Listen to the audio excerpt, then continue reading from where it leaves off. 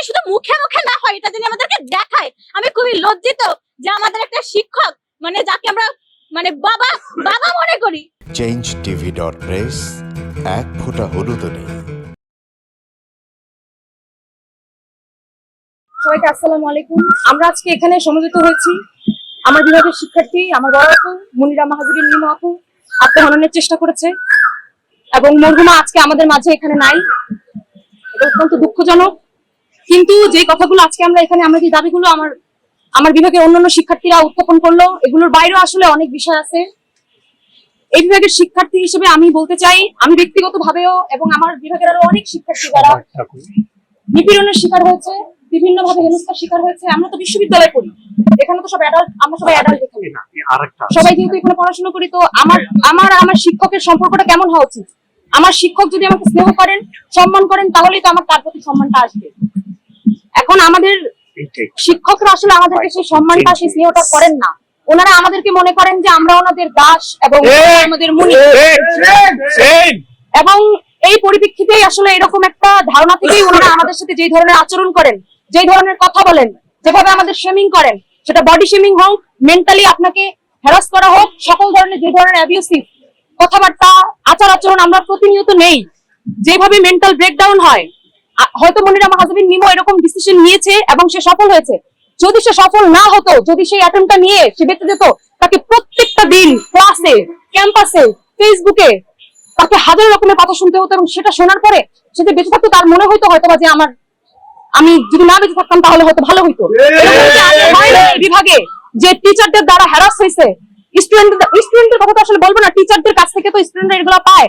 শিক্ষকরা এরকমও বলেন যে আমাদের সাথে তো এই হয়েছে, তোমাদের সাথে কি হয়েছে, জাস্টিফিকেশন দেয় আর কি।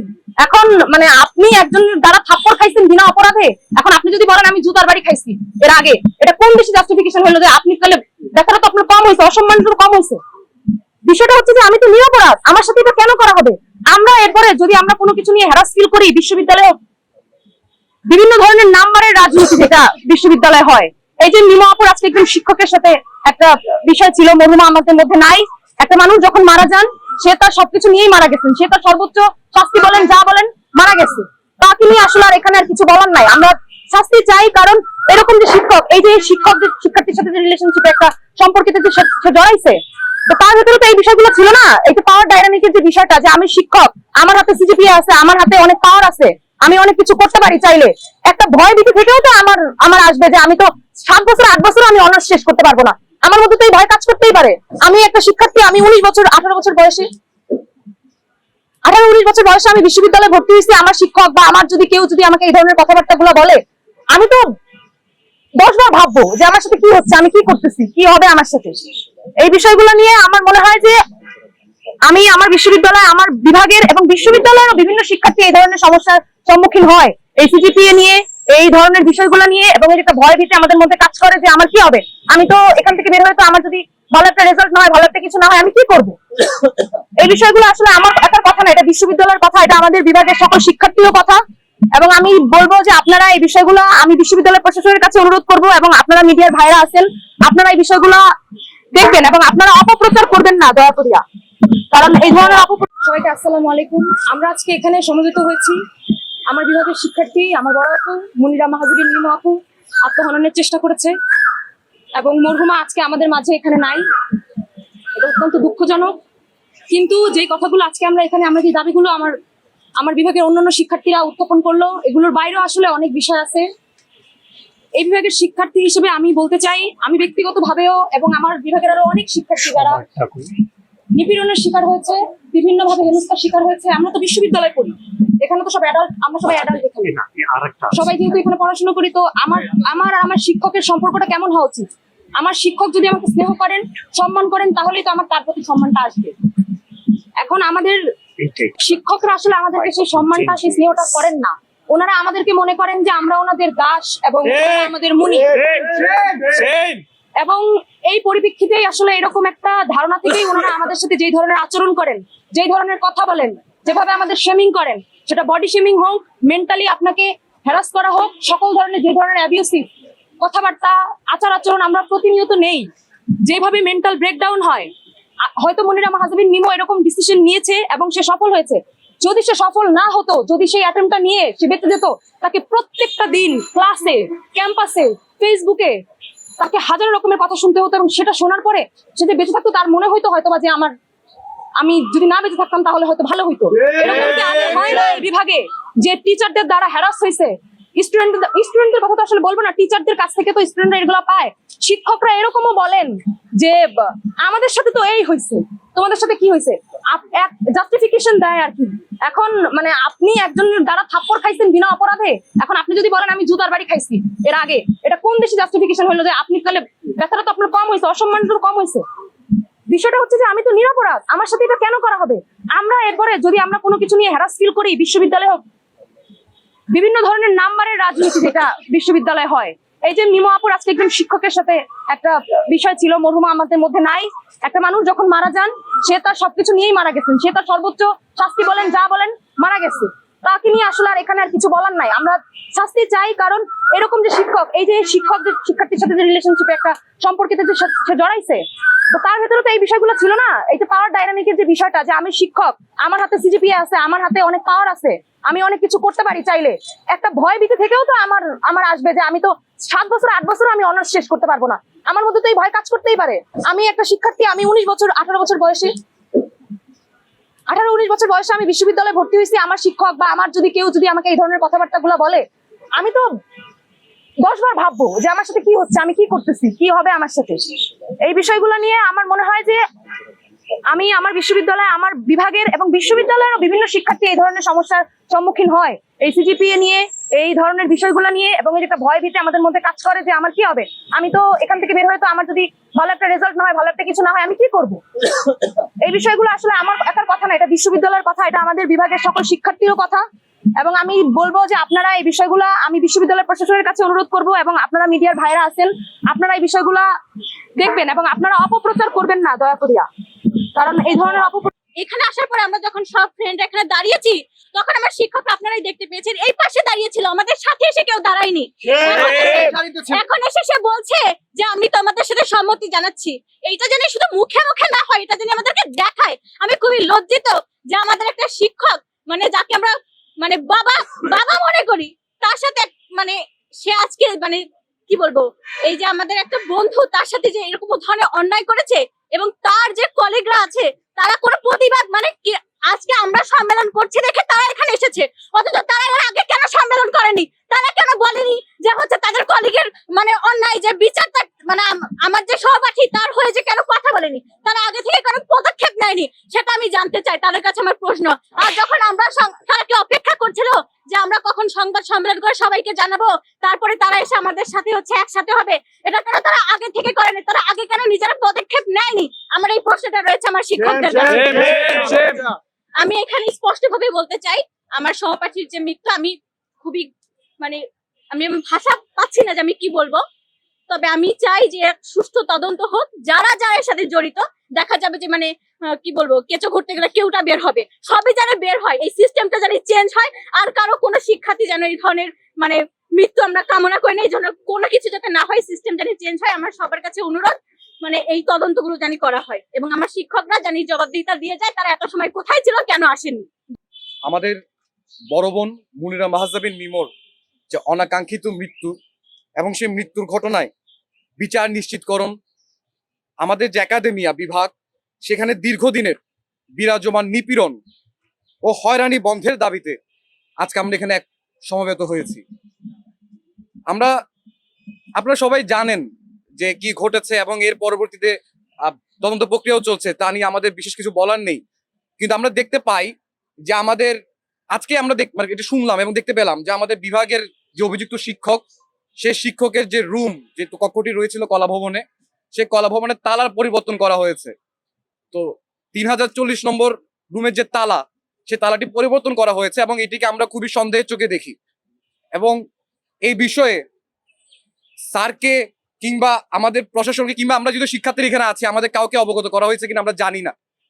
এই পদ্ধতির মধ্যে দিয়ে পরিষ্কার হয় যে আমাদের যে বিশ্ববিদ্যালয়ের প্রশাসন, তাদের ভূমিকাটাকে আমরা এখানে প্রশ্ন করতে চাই যে তারা কি করতে চায় এবং তারা কেন এই ধরনের সন্দেহজনক আচরণ আমাদের সাথে করছেন। ঠিক একই সাথে আমরা এই জন্যই আমাদের বিভাগ থেকে একটি বিবৃতি আমরা পেয়েছি এই বিষয়ে, এবং সেটিতে আমরা সুস্পষ্ট হতে পারিনি যে বিভাগের অবস্থান কোন দিকে। তো আজকে এই জন্য আমাদের দাবি যে এই যে সম্পূর্ণ ঘটনা এবং একজন শিক্ষক যে অভিযুক্ত আছেন এই বিষয়ে ঢাকা বিশ্ববিদ্যালয় প্রশাসন এবং আমাদের থিয়েটার এন্ড পারফরমেন্স স্টাডিজ বিভাগ তাদের স্পষ্ট অবস্থান ব্যক্ত করবে, তাদের একটা স্পষ্ট বিবৃতি আমরা এখান থেকে আশা করি। এবং একই সাথে এই সমস্ত ঘটনার জন্য যিনি অভিযুক্ত শিক্ষক আছেন তার স্থায়ীভাবে চাকরিচ্যুতি আমরা দাবি জানিয়েছি। আমাদের এই সম্পূর্ণ একাডেমিয়ায় শুধু থিয়েটার এন্ড পারফরমেন্স স্টাডিজ বিভাগে না, এই সম্পূর্ণ একাডেমিয়ায় একটি ভয়ের সংস্কৃতির লালন করা হয়।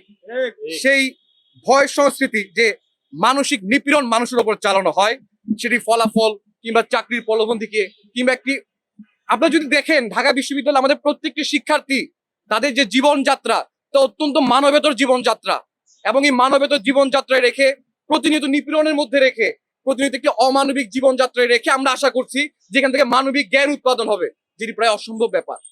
তাই আমরা এই নিপীড়ন মুক্ত একটি একাডেমিয়া দাবি জানাচ্ছি, এবং একই সাথে তদন্ত সাপেক্ষে এই ঘটনার সাথে যারা জড়িত তাদের প্রত্যেকের সর্বোচ্চ শাস্তি, এবং সেই প্রসেসের মধ্যখানে আমাদের বিশ্ববিদ্যালয়ের প্রশাসন তাদের পক্ষ থেকে যা তাদের অবস্থান স্পষ্ট করে, তাদের যে শিক্ষক এবং শিক্ষার্থী যারা এই ঘটনায় অভিযুক্ত রয়েছেন তাদের বিরুদ্ধে একটি স্পষ্ট কঠোর অবস্থান নেয়, এবং কলা ভবনের 3040 নম্বর রুমে তালা সহ যে ধরনের সন্দেহজনক প্রবণতা আমরা দেখতে পেলাম তা যাতে অবিলম্বে বন্ধ করে এই ঘটনায় সর্বোচ্চ চাপ সৃষ্টি করে যে এই ঘটনার ন্যায় বিচারটি নিশ্চিত হয়, এবং এই আইনি প্রক্রিয়া যেটি চলছে সেটিতে মিমুয়াপুর পরিবারকে দায়িত্বে রেখে, মিমুয়াপুর পরিবারকে পরিচালনার দায়িত্বে রেখে এই আইনি প্রক্রিয়ার সম্পূর্ণ আর্থিক দায়ভার বিশ্ববিদ্যালয়ের প্রশাসনকে বহন করতে হবে।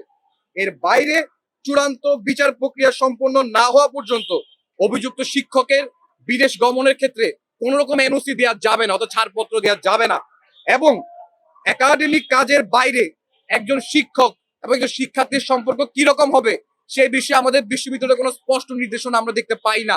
এই বিষয়ে স্পষ্ট নির্দেশনা দিতে হবে যে একজন শিক্ষক একজন শিক্ষার্থী অর্থাৎ একজন সিনিয়র স্কলার এবং জুনিয়র স্কলারের মধ্যে যোগাযোগটি কেমন হবে সেই বিষয়ে একটি নীতিমালা প্রণয়ন করতে হবে, এবং এই সবটি বলে আমাদের কি আর বলা আছে। এবং এর বাইরে আপনারা বুঝতেই পারছেন আমাদের আসলে কারোর এখানে কথা বলার মতো অবস্থায় নেই।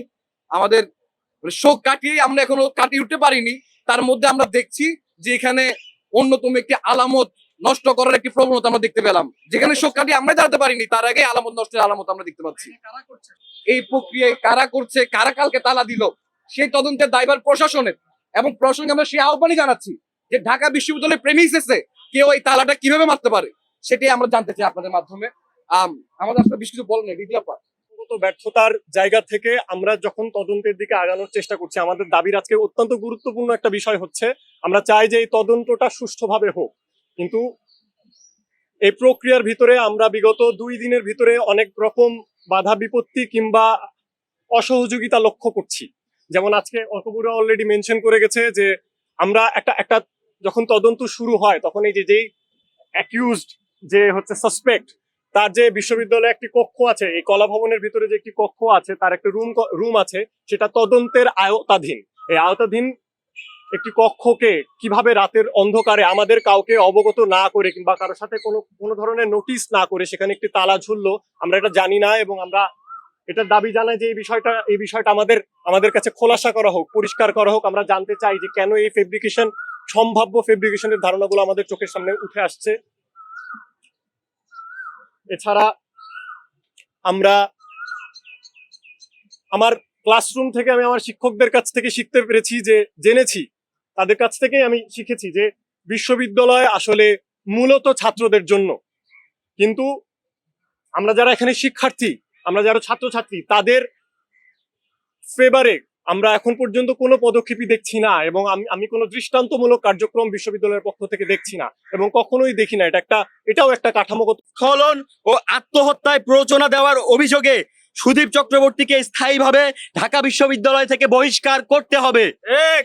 3 শিক্ষার্থীদের ওপর মানসিক ও শারীরিক নির্যাতন, ফলাফল ও চাকরির প্রলোভন এবং ভয়ভীতি প্রদর্শনের সংস্কৃতি বন্ধ করতে হবে। অভিযোগ প্রমাণিত হলে সংশ্লিষ্ট শিক্ষককে অনতিবিলম্বে চাকরিচ্যুতর বিধান সংযুক্ত করতে হবে। সম্মানিত উপস্থিতবৃন্দ, আপনারা অনেকেই জানেন আমাদের থিয়েটার অ্যান্ড পারফরমেন্স বিভাগ একটি বিশেষায়িত বিভাগ। অন্যান্য বিভাগ বা ম্যাথমেটিক্স বিভাগের মতো আমাদের থিওরি পরীক্ষার উপর অনেক কিছু নির্ভর করে না। এখানে আমরা ব্যবহারিক পরীক্ষার মধ্য দিয়ে অনেক কিছুতে যাই, যেখানে অনেক কিছু শিক্ষকের হাতে থাকে। সেসব ভয়ে অনেক সময় শিক্ষার্থীরা সামনে আসতে পারে না। দুর্ভাগ্যজনকভাবে আমরা বলতে চাই, বিভিন্ন সময় অনেক সময় ধরে চলে আসা এই নিপীড়ন আমরা কেউ কখনো মুখ খুলতে পারিনি। আজকে একটা প্রাণের বিনিময়ে আমরা সবাই একত্রিত হতে পেরেছি, যেটা অত্যন্ত দুঃখজনক। 4, মিমোর পরিবারকে পরিচালনার দায়িত্বে রেখে আইনি প্রক্রিয়ার সম্পূর্ণ আর্থিক ব্যয়ভার বিশ্ববিদ্যালয় প্রশাসনকে গ্রহণ করতে হবে এবং মামলা প্রত্যাহারের কোনো চাপ যেন না আসে তা নিশ্চিত করতে হবে। 5, তদন্ত সাপেক্ষে উম্মে হানি সহ দোষীদের সর্বোচ্চ শাস্তি নিশ্চিত করতে হবে। 6, একাডেমিক কাজের বাইরে শিক্ষক শিক্ষার্থীর উভয় পক্ষ থেকে অযাচিত যোগাযোগ বন্ধ করতে হবে। প্রয়োজনীয় কার্যকর নীতিমালা প্রণয়ন ও প্রয়োগ এবং শিক্ষক মূল্যায়নের ক্ষেত্রে সর্বোচ্চ স্বচ্ছতা ও জবাবদিহিতা নিশ্চিত করতে হবে। চূড়ান্ত বিচার প্রক্রিয়া সম্পন্ন না হওয়া পর্যন্ত অভিযুক্ত শিক্ষকের বিদেশ গমনের অনাপত্তিপত্র এনওসি প্রদান বন্ধ রাখতে হবে। এই ছিল আমাদের দাবি। আমরা চাই আমাদের দাবির সাথে আপনারা সবাই আমাদের একমত হন। এই মুহূর্তে আমি আমাদের ব্যাচের পক্ষ থেকে কাউকে কিছু বলার জন্য অনুরোধ করছি। চেঞ্জ টিভি.প্রেস, এক ফোঁটা হলুদ নেই।